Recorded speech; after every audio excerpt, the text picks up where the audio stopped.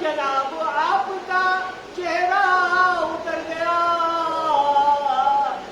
یہ کیوں جناب آپ کا چہرہ اتر گیا؟ میں نے تو یاری کا اور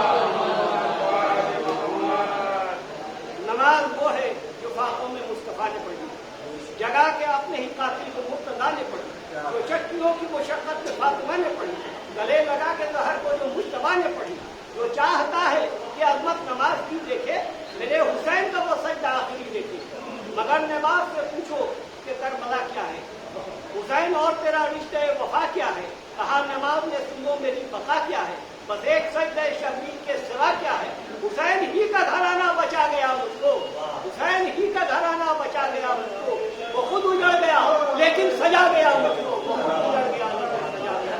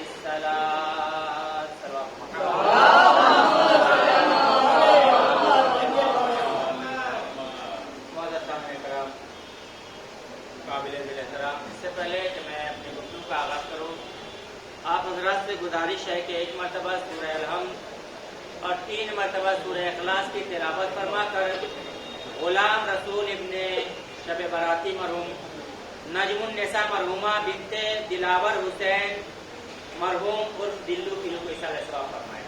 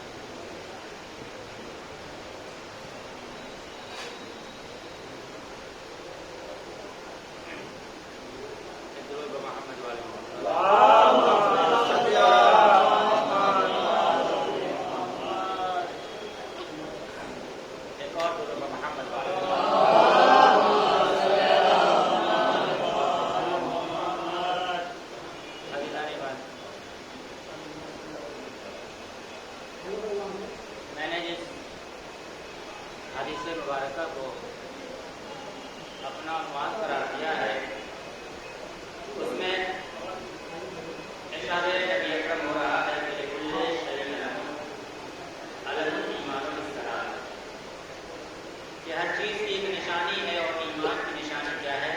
نماز ہے۔ میں نے اس موضوع کو اس لیے مناسب سمجھا کہ ابھی جو ہمارے جو کلام اپنے سامنے پیش کیا گیا وہ کلام کی آغاز تو نہیں بلکہ انجام نماز رہا، انجام نماز رہا۔ میں اس سے پہلے کہ کچھ معلومات آپ تک پہنچاؤں، میں اپنے بھائیوں سے گزارش کر رہا ہوں کہ جو ہمارے سامنے بیٹھے ہوئے ہیں ان سے گزارش کے برائے کرم محمد تشریف لے آئیں، ایک درود محمد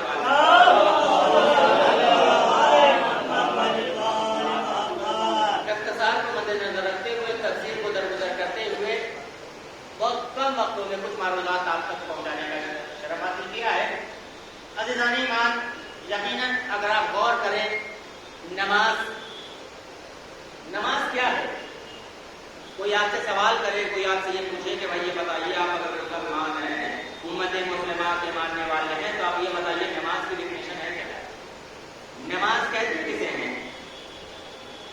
تو میں دو جملوں میں نماز کی توضیح، نماز کی ڈیفینیشن بتانا چاہتا ہوں۔ نماز ایک ایسے عمل کو کہتے ہیں کہ جس سے خداوند عالم راضی ہوتا ہے اور انسان اپنے اللہ کے قریب پہنچنے کا ایک جو ذریعہ ہے، ایک وسیلہ ہے، وہ کیا ہے؟ نماز ہے۔ اب نماز یہ کیا ہے؟ عبادت میں اس کو شمار کیا جاتا ہے۔ اب عزیزان ایمان بات آ گئی تو میں کہتا چلوں ہم نماز کیوں پڑھتے ہیں؟ میں اپنے چھوٹے بھائیوں کے لیے ایک مثال دیتا چلوں۔ یاد رکھیے یہ جسم جو ہمارا مکمل ہوا وہ دو چیزوں سے مل کر بنا ہے۔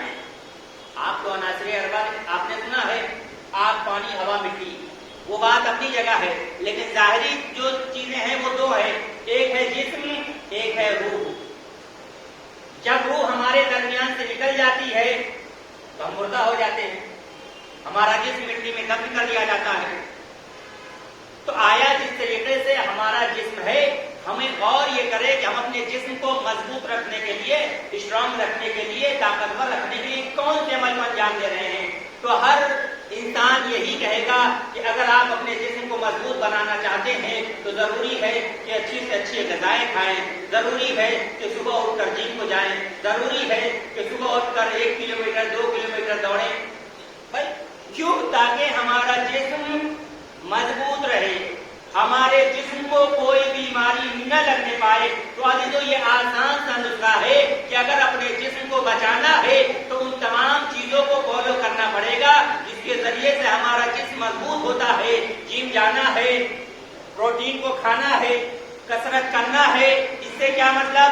ہمارا جسم مضبوط ہوتا ہے۔ تو عزیزو ہم اپنے جسم کو مضبوط رکھنے کے لیے تو اتنا کچھ دھیان دے رہے ہیں، اتنی چیزوں کو فالو کر رہے ہیں، کبھی ہم نے غور کیا اگر ہمیں اپنی روح کو مضبوط کرنا ہے تو ہمیں کیا کرنا پڑے گا؟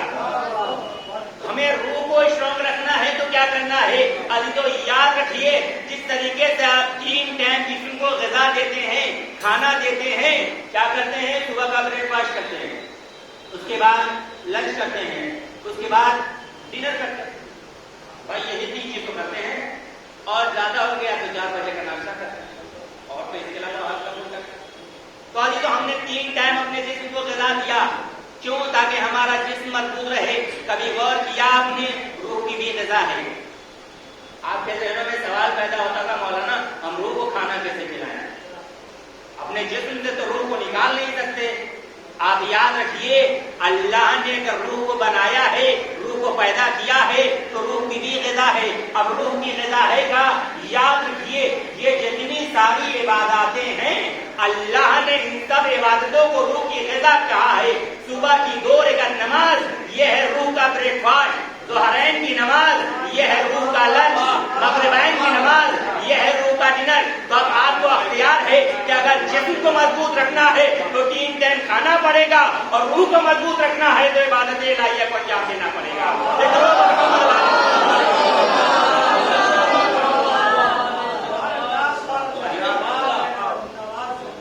اور کہیں اللہ نے ان ساری چیزوں کو عبادت کو ہی نہیں رکھا، وہ اس لیے رکھا تاکہ حکیم امت، دیکھیے حکیم 2 طرح کے ہیں، ایک دنیاوی حکیم اور ایک دینی حکیم۔ دنیاوی حکیم وہ ہے کہ اگر آپ کو کوئی بیماری ہوگی تو اس کا نسخہ دے دے گا، اور دینی حکیم کیا ہے؟ آپ کو نسخے کو بتا دے گا اور عمل کرنا آپ کا کام ہے۔ ایسا نہیں ہے کہ اگر مولوی صاحب نے 3 رکعت نماز بتا دی ہے تو بس مولوی صاحب بھی پڑھے، ہمارے اوپر نہیں ہے، بلکہ آپ کو پڑھنا ہے۔ اس لیے کہ عبادات اللہ نے اس کے اوپر واجب کیا۔ ہاں آپ کی نماز کب مولوی صاحب پڑھیں گے؟ جب آپ دنیا سے رخصت ہو جائیں گے تب وہ پڑھ سکتے ہیں، باقی اس کے علاوہ آپ کی زندگی میں عمل کا انجام نہیں دے سکتے۔ جس طریقے سے ایک حکیم یہ نسخہ لکھ کے دیتا ہے کہ آپ نسخے کے اوپر کا مثال کے طور پر 4 دوائیں لکھ دی، آپ نے ایک اس میں سے خریدی اور ایک کو استعمال کیا تو ٹھیک ہو جائیں گے؟ نہیں۔ اگر ٹھیک ہونے کے لیے کیا کرنا پڑے گا؟ 4 دواؤں کے کھانا پڑے گا۔ اور اسی طریقے سے اللہ نے عبادتوں کی لسٹ مختصر صورت میں آپ کے سامنے بیان کر دی ہے۔ پورے دین میں عبادتوں کا تذکرہ کر دیا گیا ہے، اصول اول نماز سے لے کر اور آخری اہل بیت کے دشمنوں سے نفرت کرنے تک۔ اگر آپ نے ان عبادتوں پہ عمل نہیں کیا تو یاد رکھیے آپ کامیاب نہیں ہو سکتے۔ لیکن آج کا مسلمان پہلی، دوسری، تیسری سیڑھی کو کم عمل کرتا ہوا دکھائی دیتا ہے، آخری سیڑھی پہ بہت جلدی چڑھتا ہوا دکھائی دیتا ہے۔ یاد رکھیے اگر آپ کو کامیاب ہونا ہے، اگر آپ کو چھت کے اوپر جانا ہے تو پہلی منزل کو طے کرنا پڑے گا۔ اگر آپ نے پہلی منزل کو طے نہیں کیا تو آپ بلندی پر نہیں پہنچ سکتے۔ اسی طریقے سے اگر آپ نے نماز انجام نہیں دیا، نماز کو نہیں پڑھا، یاد رکھیے بڑا مشہور ہے جسے محاورہ کہہ لیجیے یا بزرگوں کا کہا ہوا قول کہہ لیجیے کہ سب سے پہلے جس چیز کے بارے میں سوال کیا جائے تو وہ کیا ہے؟ نماز۔ فارسی میں شعر ہے کہ اولین کرسی سے نماز ہوئی۔ سب سے پہلے جس چیز کا اللہ خداوند عالم کی طرف سے سوال ہوگا وہ نماز ہوگی۔ اگر آپ نے نماز پڑھی ہے، اگر آپ کی نماز قبول تو آپ کے ساری عبادات قبول۔ اگر آپ نے نماز ہی نہیں پڑھا ہے، لاکھ حج کر لیجئے، لاکھ صدقہ و خیرات دے دیجئے، ان کو زکوٰۃ ادا کر لیجئے، اگر پہلی منزل کو آپ نے طے نہیں کیا ہے تو گویا آپ کے کوئی عمل بھی قابل قبول نہیں ہے۔ وقت نہیں ہے کہ میں آپ کے سامنے تفصیلی گفتگو کروں۔ اور یاد رکھیے آج کا مسلمان کچھ چیزوں کے درمیان اختلاف پیدا کیے ہوئے، کیا کہتا ہے کہ نماز افضل ہے یا آزاداری؟ بہت توجہ کیجیے آخری پوائنٹ، اور انشاءاللہ یہی سے رکھتے مسائل ضرور محمد وال محمد۔ جیسا کہ کچھ لوگ آپس میں اختلاف کر دیتے ہیں کہ مولانا آپ ایسا یہ بتائیے کہ ابھی مسجد نماز کا بھی ٹائم ہے اور مسجد بھی ہو رہی ہے تو ہم مسجد کو چھوڑ کے جائیں کہ نہیں جائیں؟ بعض لوگ کہتے ہیں کہ نہیں مسجد کو نہیں چھوڑ کے جا سکتے، کیوں؟ اس لیے کہ نماز کی قضا ہے، مسجد کی قضا نہیں ہے۔ یہ نظریہ بالکل غلط ہے۔ ہر چیز اپنے وقت پہ ہونا چاہیے۔ مجلس اپنی جگہ ہے، نماز اپنی جگہ ہے، عزاداری اور حسین میں بالکل ٹکراؤ نہیں کر سکتے۔ کیوں؟ اس لیے کہ دونوں ایک دوسرے کے لیے لازم و ملزوم ہے۔ اگر آپ ٹکراؤ کر رہے ہیں تو اس کی ذمہ داری آپ کے اوپر ہے، آپ کو گواہی دینا پڑے گا۔ بات آ گئی تو میں 4 مصروں میں بات کو واضح کر دینا چاہتا ہوں۔ یاد رکھیے نہ نماز عزاداری سے افضل نہ عزاداری نماز سے افضل، دونوں کا مقام اپنی اپنی جگہ ہے۔ میں 4 مصروں میں بات کو واضح کرنا چاہتا ہوں۔ یاد رکھیے ہرگز نہیں ہے سجدہ و ماتم الگ الگ، نماز اور عزاداری ان دونوں میں کسی بھی طرح کا کوئی ٹکراؤ نہیں ہے۔ اگر کوئی ٹکراؤ کر رہا ہے تو یا تو وہ نماز کو جا رہا ہے یا تو وہ عزاداری کو جا رہا ہے۔ یہی وجہ ہے کہ وہ آپس میں دونوں میں ٹکراؤ پیدا کر رہا ہے۔ شاعر نے بڑا پیارا شعر کہا کہ ہرگز نہیں ہے سجدہ و ماتم الگ الگ، دونوں میں ہے حسین کے جلوے الگ الگ۔ ہرگز نہیں ہے سجدہ و ماتم الگ الگ، دونوں میں ہے حسین کے جلوے الگ الگ۔ تو ماتم کا بھی نشان رہے، سجدوں کا بھی نشان، کیوں؟ ماتم کا بھی نشان رہے، سجدوں کا بھی نشان، دونوں کریں گے قبر کو روشن الگ الگ۔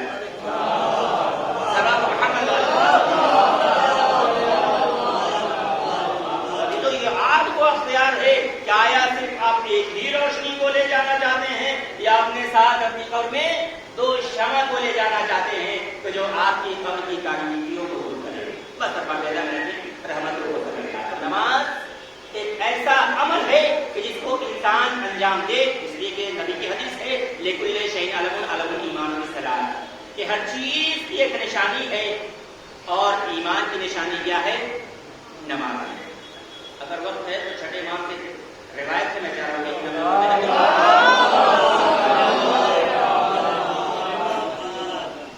پورا واقعہ ہے، میں واقعے کو شوق کر کے آپ کے سامنے بیان کر رہا ہوں۔ بڑا مشہور واقعہ چھٹے امام کے زمانے کا ہے۔ دو دوست آپ سفر کر رہے تھے، درمیانیہ رات نماز کا ٹائم ہو گیا۔ پہلے نے دوسرے سے کہا بھائی ایسا ہے کہ چلتے ہیں نماز پڑھ لیتے ہیں۔